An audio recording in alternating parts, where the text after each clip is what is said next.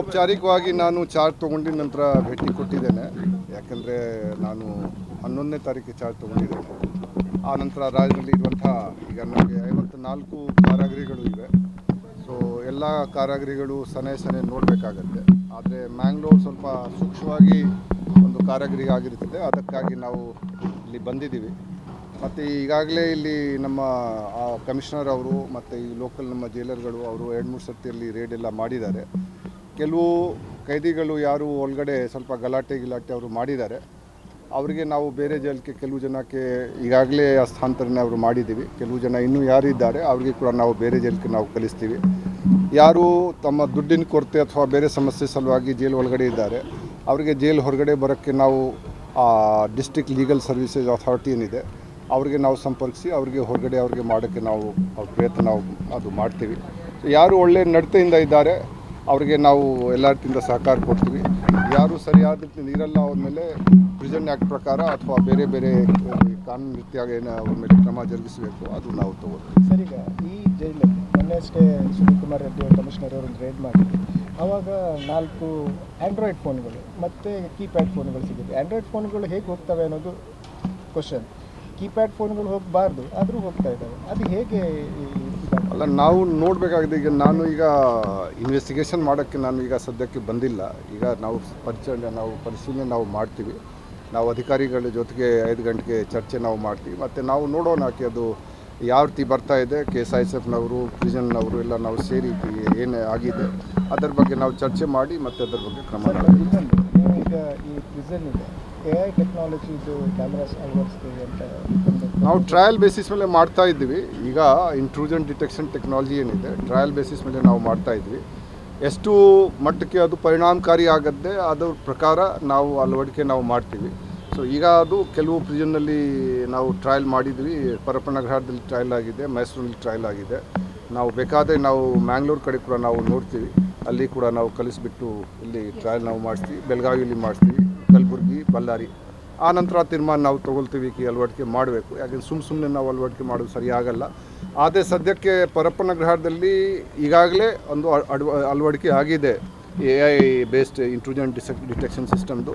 ಇನ್ನೂ ಪರಿಣಾಮಕಾರಿ ರೀತಿಯಲ್ಲಿ ಆ ಸಿಸ್ಟಮ್ ಕೆಲಸ ಮಾಡಲಿ, ಆ ನಿಟ್ಟಿನಲ್ಲಿ ನಾವು ಕೆಲಸ ಮಾಡ್ತೀವಿ. ಸರ್, ಈ ಜೈಲಲ್ಲಿ ಜನಸಂಖ್ಯೆ ತುಂಬ ಕೈದಿಗಳಲ್ಲಿ ಅದನ್ನು ಶಿಫ್ಟ್ ಮಾಡಲಿಕ್ಕೆ ಈಗಾಗಲೇ ಮುಡಿಪು ಅಲ್ಲಿದೆಯಾ? ಅದು ಇನ್ನೂವರೆಗೂ ವರ್ಕ್ ಮುಗಿಲಿಲ್ಲ ಸರ್. ಅದನ್ನು ನಾವೀಗ ಮುಡಿಪು ಕೂಡ ವಿಸಿಟ್ ನಾವು ಮಾಡ್ತಾ ಇದ್ವಿ. ಸ್ವಲ್ಪ ಅಲ್ಲಿ ಕೆಲಸ ಇನ್ನೂ ಪೂರ್ಣಗೊಳಿಸಲಿಲ್ಲ, ಇನ್ನೂ ಸ್ವಲ್ಪ ಕೆಲಸ ಆಗಬೇಕಾಗತ್ತೆ. ಅದರ ಸಲುವಾಗಿ ನಾವು ನಮ್ಮ ಮಾನ್ಯ ಗೃಹ ಸಚಿವರಿಗೆ ಭೇಟಿ ಮಾಡಿ ಅವರಿಗೆ ನಾವು ರಿಕ್ವೆಸ್ಟ್ ನಾವು ಮಾಡ್ತೀವಿ ಆದಷ್ಟು ಬೇಗನೆ ಇದು ಮಾಡಬೇಕು. ಮತ್ತು ಇಲ್ಲಿ ಯಾರು ಜನಪ್ರತಿನಿಧಿದ್ದಾರೆ ಅವ್ರಿಗೆ ನಾವು ಕೇಳ್ಕೊಳ್ತೀವಿ ಅವರು ಕೂಡ ಸ್ವಲ್ಪ ಇದರ ಬಗ್ಗೆ ಪುಷ್ ಮಾಡಬೇಕು. ಯಾಕೆಂದರೆ ಬೇರೆ ಸಾರ್ವಜನಿಕರಿಗೆ ತೊಂದರೆ ಆಗ್ತಾ ಇದೆ ಇಲ್ಲಿ ಕಾರಾಗೃಹದ ಕಾರಣ. ಸೊ ಎಲ್ಲ ರೀತಿಯಿಂದ ನಾವು ಪ್ರಯತ್ನ ನಾವು ಮಾಡ್ತೀವಿ ಆದಷ್ಟು ಬೇಗನೆ ಆ ಜೈಲಿಂದ ಮುಡಿಪಿದ್ದು ಅದು ಕಂಪ್ಲೀಟ್ ಆಗಲಿ. ಮತ್ತು ಇಲ್ಲಿಂದ ಜೈಲು ಶಿಫ್ಟ್ ಆಗಿದರೆ ಒಂದು ಭದ್ರತೆ ಕೈದಿದು ಭದ್ರತೆ ದೃಷ್ಟಿಯಿಂದ ಕೂಡ ಮತ್ತು ಸಾರ್ವಜನಿಕ ಒಂದು ನೆಮ್ಮದಿ ದೃಷ್ಟಿಯಿಂದ 2 ದೃಷ್ಟಿಯಿಂದ ಒಳ್ಳೆಯ ಆಗುತ್ತೆ.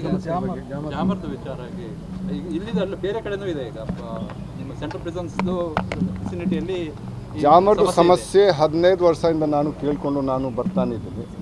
ನಾನು ಜಾಯಿಂಟ್ CP ಡೇಜಿಂದ 2009-10 ನಾನು ಅಲ್ಲಿ ಪರಪ್ಪನಗರದಲ್ಲಿ ಈ ಸಮಸ್ಯೆ ಇತ್ತು. ಕಾಲಕ್ಕೆ ಅವರು ರೀಕ್ಯಾಲಿಬ್ರೇಷನ್ ಬೇರೆ ಅವರು ಕ್ರಮ ಜರುಗಿಸಿದ್ದಾರೆ. ಆದರೂ ಕೂಡ ಇನ್ನೂ ಕೆಲವು ಲೋಪದೋಷಗಳು ಜಾಮರ್ ವ್ಯವಸ್ಥೆಯಲ್ಲಿ ಸ್ವಲ್ಪ ಕಂಡು ಬರ್ತಾ ಇದೆ.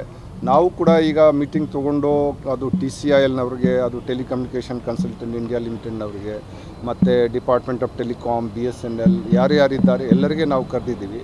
ಮತ್ತು ಈ ಕೆಲವು ಕಡೆ ಇದು ಟವರ್ ಹಾರ್ಮೋನಿಕ್ಸ್ ಕಾಲ್ ಬ್ಲಾಕಿಂಗ್ ಸಿಸ್ಟಮ್ ಏನಿದೆ ಅದು ಭಾಳ ಪರಿಣಾಮಕಾರಿ ರೀತಿಯಲ್ಲಿ ಅದು ಕೂಡ ಕೆಲಸ ಮಾಡ್ತಾ ಇಲ್ಲ. ಇದರ ಬಗ್ಗೆ ನಾವು ಅವರಿಗೆ ಕಾಲಾವಕಾಶ ನಾವು ಕೊಟ್ಟಿದ್ದೀವಿ, ನಾವು ನೋಡೋಣ. ಆದರೆ ಈಗ ಹೇಳೋಕ್ಕೆ ಆಗಲ್ಲ. ನಾವು ಹೇಳಿದರೆ ಅವರು ಅವರು ಸಮಸ್ಯೆದು ಸಮಗ್ರವಾಗಿ ಪರಿಹಾರ ನಮಗೆ ಕೊಡ್ತಾರೆ.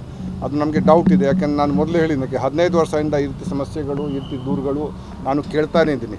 ಅದು ಕೂಡ ನಾವು ನೋಡೋಣ ನಾವು ಎಷ್ಟು ಮಟ್ಟಿಗೆ ಅವರು ಮಾಡ್ತಾರೆ. ಮತ್ತು ಅಟ್ಲೀಸ್ಟ್ ಸ್ವಲ್ಪ ಸುಧಾರಣೆ ಆಗಲಿ. ಅಲ್ಲಿ ಆಗಿದ ನಂತರ ಮತ್ತು ನಾವು ಮ್ಯಾಂಗ್ಳೂರ್ದು ಕೂಡ ಸಮಸ್ಯೆ ನೋಡೋಕ್ಕೆ ಅವ್ರಿಗೆ TCIL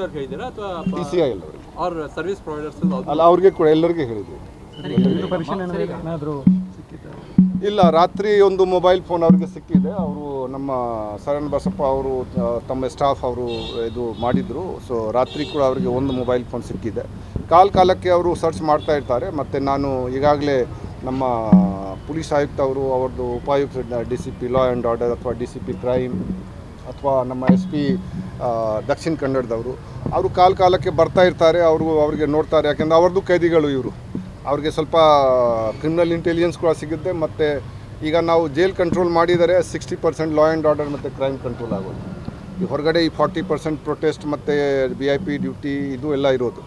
ಆದರೆ ಹೆಚ್ಚಾಗಿ ಏನು ಇದಕ್ಕೆಲ್ಲ ದೊಡ್ಡ ಗದ್ದಲೆ ಮಾಡೋರು ಇಲ್ಲಿ ಬರೋರು. ಅದರ್ವೈಸ್ ಬೇಲ್ ಮೇಲೆ ಜಾಮೀನು ಮೇಲೆ ಅವರು ಹೋಗಿರ್ತಾರೆ. ಅವರು ಇಲ್ಲಿ ಬರೋರು ಅವರು ಅದರ ಹಾಕಿ ಭಾಳ ನಾನ್ ಬೇಲ್ ಸೀರಿಯಸ್ ಆಫೆನ್ಸಸ್ ಇದ್ದಾರೆ.